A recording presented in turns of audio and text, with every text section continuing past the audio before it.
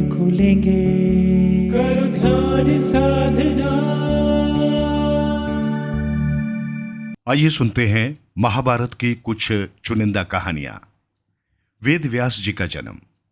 राजा उपरिचर एक महान प्रतापी राजा था। वो बड़ा धर्मात्मा और बड़ा सत्यव्रती था। उसने अपने तप से देवराज इंद्र को प्रसन्न करके एक विमान और न सूखने वाली सुंदर माला प्राप्त की थी। वो माला धारण करके विमान पर बैठकर आकाश में परिभ्रमण किया करता था। उसे आखेट का बड़ा चाव था। वो प्राय वनों में आखेट के लिए जाया करता था। उपरीचर की रानी का नाम गिरिका था। गिरिका भी बड़ी सुंदर और पवित्र हृदय थी। वो अपने पति को प्रेम तो करती ही थी, ईश्वर के प्रति भी बड़ी आस्थालु थी। निरंतर भजन और चिंतन में लगी रहती थी। एक बार गिरिका ऋतुमती हुई। 3 दिनों के पश्चात जब वो शुद्ध हुई तो उपरिचर उनके साथ रमण करने से पूर्व ही वन में आखेट के लिए चला गया। राजा आखेट के लिए चला गया, किंतु उसका ध्यान रानी के साथ रमण करने की ओर ही लगा रहा। दोपहर का समय था। राजा वन में एक अशोक वृक्ष के नीचे बैठा हुआ था। शीतल और सुगंधित हवा चल रही थी। मृदुल स्वरों में पक्षी गाना गा रहे थे। राजा का ध्यान रानी की ओर चला गया। वो रमण के संबंध में मन ही मन सोचने लगा। राजा काम आतुर हो उठा और उसका वीर्य स्खलित हो गया। राजा ने सोचा उसका वीर्य व्यर्थ नहीं जा सकता, अतः उसने अपने वीर्य को एक दोने में रखकर विमान में बैठे हुए बाज पक्षी को बुलाकर उससे कहा, तुम इस दोने को ले जाकर मेरी रानी को दे दो, वो इसे अपने गर्भ में धारण कर लेगी। बाज दोनों को मुख में दबाकर राजा के भवन की ओर उड़ चला। वो यमुना नदी के ऊपर से उड़ता हुआ चला जा रहा था। सहसा एक दूसरे बाज की दृष्टि उस पर पड़ी। उसने सोचा ये अपने मुख में खाने की कोई वस्तु दबाए हुए है, अतः उसने उस बाज पर आक्रमण कर दिया। दोनों बाजों में घमासान युद्ध होने लगा। परिणाम यह हुआ कि पहले बाज के मुख से दोना छूटकर यमुना के जल में गिर पड़ा। दोनों में रखा वीर्य पानी में मिल गया। एक मछली की वीर्य पर दृष्टि पड़ी। उसने सोचा ये खाने की वस्तु है, अतः वो उसको पानी के साथ निकल गई। फलतः मछली गर्भवती हो गई।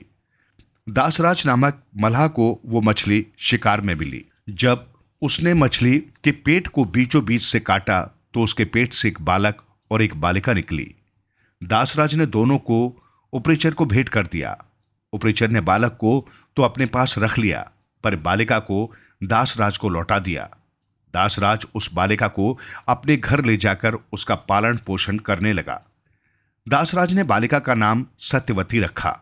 वो मछली के पेट से उत्पन्न थी, इसलिए उसके शरीर से मछली की सी गंध निकला करती थी, अतः लोग उसे मत्स्य गंधा भी कहा करते थे। मत्स्य गंधा धीरे धीरे बड़ी हुई। वो बड़ी रूपवती थी। वो यात्रियों को अपनी नाव पर बैठाकर इस पार से उस पार पहुंचाया करती थी। एक दिन दोपहर के समय महर्षि पराशर वहां पहुंचे। वे मत्स्य गंधा को देखकर उस पर मुग्ध हो गए। उन्होंने उससे कहा, सुंदरी, तुम्हें अपूर्व सुख मिलेगा। मैं तुम्हारे साथ रमण करना चाहता हूं। मत्स्य गंधा ने उत्तर दिया, महर्षि, आप ये कैसी बातें कर रहे हैं? दोपहर का समय है, आसपास लोग बैठे हुए हैं, मैं आपके साथ रमण कैसे कर सकती हूं? पराशर जी ने योग शक्ति से चारों ओर कोहरा पैदा कर दिया और बोले, अब हमें कोई नहीं देख सकेगा। तू निश्चिंत होकर मेरे प्रस्ताव को स्वीकार कर ले। मत्स्यगंधा पुनः बोल उठी, महर्षि, मैं कुमारी हूं, पिता की आज्ञा के अधीन हूं। आपके साथ रमण करने से मेरा कुमार्य नष्ट हो जाएगा। मैं समाज में लंछित बन जाऊंगी। पराशर जी ने उत्तर दिया, तुम चिंता मत करो, मुझसे रमण करने के पश्चात भी तुम्हारा कौमार्य बना रहेगा। गर्भवती होने पर भी गर्भ का चिन्ह प्रकट नहीं होगा। मत्स्यगंधा फिर बोली, एक बात और, मेरे शरीर से मछली की सी गंध निकलती है। आप मुझे वरदान दे कि वो गंध कस्तूरी की गंध के रूप में बदल जाए और 4 कोस तक फैली रहे। पराशर जी ने तथास्तु कह दिया। फलतः मत्स्यगंधा के शरीर से कस्तूरी की सी गंध निकलने लगी। वो गंध 4 कोस तक फैली रहती थी। अतः अब वो योजन गंधा भी कहीं जाने लगी। पराशर जी ने मत्स्य गंधा के साथ रमण किया। उनके साथ रमण के फलस्वरूप वो गर्भवती हुई। समय पर यमुना के द्वीप में एक बालक ने उसके गर्भ से जन्म लिया। वो बालक जन्म लेते ही बड़ा हो गया। वो तप करने के लिए वन में चला गया। वही बालक जगत में वेद व्यास जी के नाम से प्रसिद्ध हुआ। वेद व्यास जी का पूरा नाम कृष्ण द्वैपायन वेद व्यास था। वे श्याम वर्ण के थे, इसलिए उनका नाम कृष्ण पड़ा। वे 2 द्वीपों के बीच में पैदा हुए थे, इसलिए द्वैपायन कहे जाते थे। वेदों के पंडित होने से वेद व्यास कहे जाते थे। वेद व्यास जी अमर हैं। वे आज भी धरती पर विद्यमान हैं और किसी किसी को दर्शन देकर कृतार्थ करते हैं। कुरु का जन्म। कुरु को कौन नहीं जानता। कुरुवंश के प्रथम पुरुष का नाम कुरु था। कुरु बड़े प्रतापी और बड़े तेजस्वी थे। उन्हीं के नाम पर कुरुवंश की शाखाएं निकली और विकसित हुईं। एक से एक प्रतापी और तेजस्वी वीर कुरुवंश में पैदा हो चुके हैं। पांडवों और कौरवों ने भी कुरुवंश में ही जन्म धारण किया था। महाभारत का युद्ध भी कुरुवंशियों में ही हुआ था। किंतु कुरु कौन थे और उनका जन्म किसके द्वारा और कैसे हुआ था, वेद व्यास जी ने इस पर महाभारत में प्रकाश डाला है। हम यहां संक्षेप में आपको बता रहे हैं। कथा बड़ी रोचक और प्रेरणादायिनी है। अति प्राचीन काल में हस्तिनापुर में एक प्रतापी राजा राज्य करता था। उस राज्य का नाम सवर्ण था। वो सूर्य के समान तेजवान था और प्रजा का बड़ा पालक था। स्वयं कष्ट उठा लेता था, पर प्राण देकर भी प्रजा के कष्टों को दूर करता था। सवर्ण सूर्यदेव का अनन्य भक्त था। वो प्रतिदिन बड़ी ही श्रद्धा के साथ सूर्यदेव की उपासना किया करता था। जब तक सूर्यदेव की उपासना नहीं कर लेता था, जल का एक घूंट भी कंठ के नीचे नहीं उतारता था। एक दिन सवर्ण एक पर्वत पर आखेट के लिए गया। जब वो हाथ में धनुष बाण लेकर पर्वत के ऊपर आखेट के लिए भ्रमण कर रहा था, तो उसे एक अतीव सुंदर युवती दिखाई पड़ी। वो युवती सुंदरता के सांचे में ढली हुई थी। उसके प्रत्येक अंग को विधाता ने बड़ी ही रुचि के साथ संवारा बनाया था। उसके प्रत्येक अंग को विधाता ने बड़ी ही रुचि के साथ संवार कर बनाया था। सवर्ण ने आज तक ऐसी स्त्री देखने की कौन कहे कल्पना तक नहीं की थी। सवर्ण स्त्री पर आसक्त हो गया।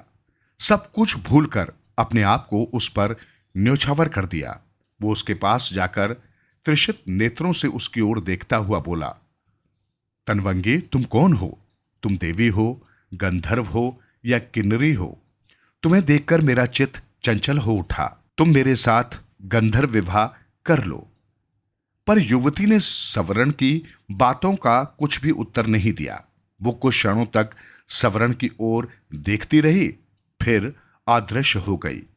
युवती के अदृश्य हो जाने पर सवर्ण अत्यधिक आकुल हो गया। वो धनुष बाण फेंककर उन्मत्तों की भांति विलाप करने लगा। सुंदरी, तुम कहां चली गई? जिस प्रकार सूर्य के बिना कमल मुरझा जाता है और जिस प्रकार पानी के बिना पौधा सूख जाता है, उसी प्रकार तुम्हारे बिना मैं जीवित नहीं रह सकता। तुम्हारे सौंदर्य ने मेरे मन को चुरा लिया है। तुम प्रकट होकर मुझे बताओ कि तुम कौन हो और मैं तुम्हें किस प्रकार पा सकता हूं। युवती पुनः प्रकट हुई। वो सवर्ण की ओर देखती हुई बोली, राजन, मैं स्वयं आप पर मुग्ध हूं, पर मैं अपने पिता की आज्ञा के वश में हूं। मैं सूर्यदेव की छोटी पुत्री हूं। मेरा नाम तप्ती है। जब तक मेरे पिता आज्ञा नहीं देंगे, मैं आपके साथ विवाह नहीं कर सकती। यदि आपको मुझे पाना है तो मेरे पिता को प्रसन्न कीजिए। युवती अपने कथन को समाप्त करती हुई पुनः अदृश्य हो गई। सवर्ण पुनः उन्मादों की भांति विलाप करने लगा। वो आकुलित होकर पृथ्वी पर गिर पड़ा और तप्ती तप्ती की पुकार से पर्वत को ध्वनित करने लगा। सवर्ण तप्ती को पुकारते पुकारते धरती पर गिर पड़ा और बेहोश हो गया। जब उसे होश आया तो पुनः तप्ती याद आई और याद आया उसका कथन, यदि मुझे पाना चाहते हैं तो मेरे पिता सूर्यदेव को प्रसन्न कीजिए। उनकी आज्ञा के बिना मैं आपसे विवाह नहीं कर सकती। सवर्ण की रगों में विद्युत की तरंग सी दौड़ उठी। वो मन ही मन सोचता रहा, वो तप्ती को पाने के लिए सूर्य देव की आराधना करेगा, उन्हें प्रसन्न करने में सब कुछ भूल जाएगा। सवरण सूर्य देव की आराधना करने लगा। धीरे धीरे सालों बीत गए। सवरण तप करता रहा।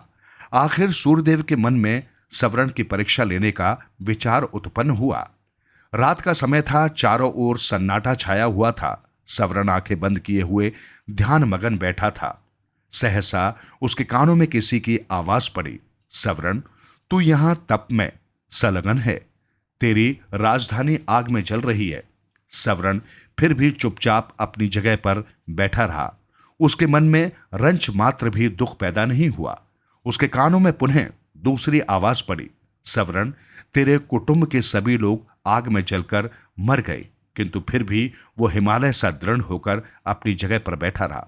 उसके कानों में पुनः तीसरी बार कंठ स्वर पड़ा, सवरण, तेरी प्रजा अकाल की आग में जलकर भस्म हो रही है। तेरे नाम को सुनकर लोग थू थू कर रहे हैं। फिर भी वो दृढ़तापूर्वक तप में लगा रहा।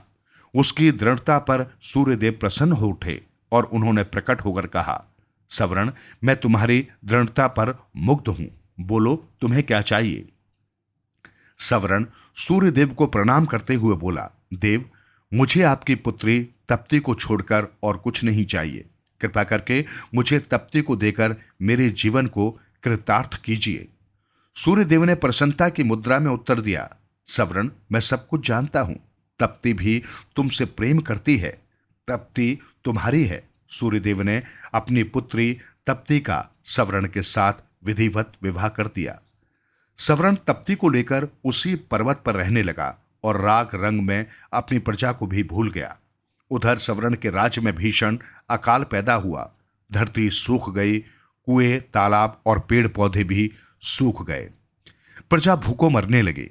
लोग राज्य को छोड़कर दूसरे देशों में जाने लगे। किसी देश का राजा जब राग रंग में डूब जाता है तो उसकी प्रजा का यही हाल होता है। सवरण का मंत्री बड़ा बुद्धिमान और उदार हृदय का था। वो सवरण का पता लगाने के लिए निकला। वो घूमता घामता उसी पर्वत पर पहुंचा जिस पर सवरण तप्ती के साथ निवास करता था। सवरण के साथ तप्ती को देखकर बुद्धिमान मंत्री समझ गया कि उसका राजा स्त्री के सौंदर्य जाल में फंसा हुआ है। मंत्री ने बड़ी ही बुद्धिमानी के साथ काम किया। उसने सवरण को वासना के जाल से छुड़ाने के लिए अकाल की आग में जलते हुए मनुष्यों के चित्र बनवाए। वो उन चित्रों को लेकर सवरण के सामने उपस्थित हुआ। उसने सवरण से कहा, महाराज, मैं आपको चित्रों की एक पुस्तक भेंट करना चाहता हूं। मंत्री ने चित्रों की वो पुस्तक सवरण की ओर बढ़ा दी।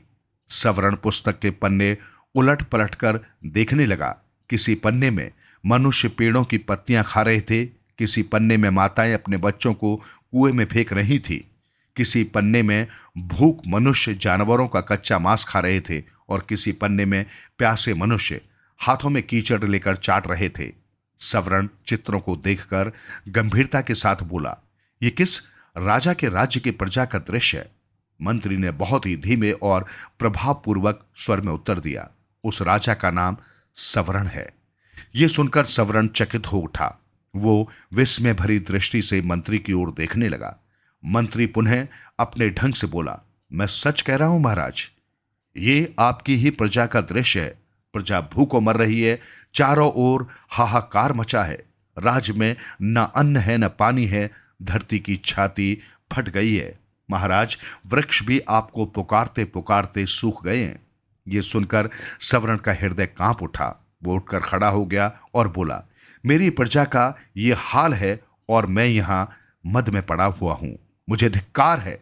मंत्री जी, मैं आपका कृतज्ञ हूं। आपने मुझे जगाकर बहुत अच्छा किया।